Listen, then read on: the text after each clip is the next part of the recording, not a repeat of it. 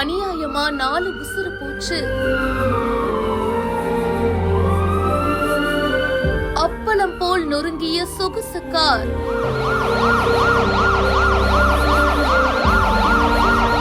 தடுப்பு சுவரை கடந்து இப்படி ஒரு விபத்தா?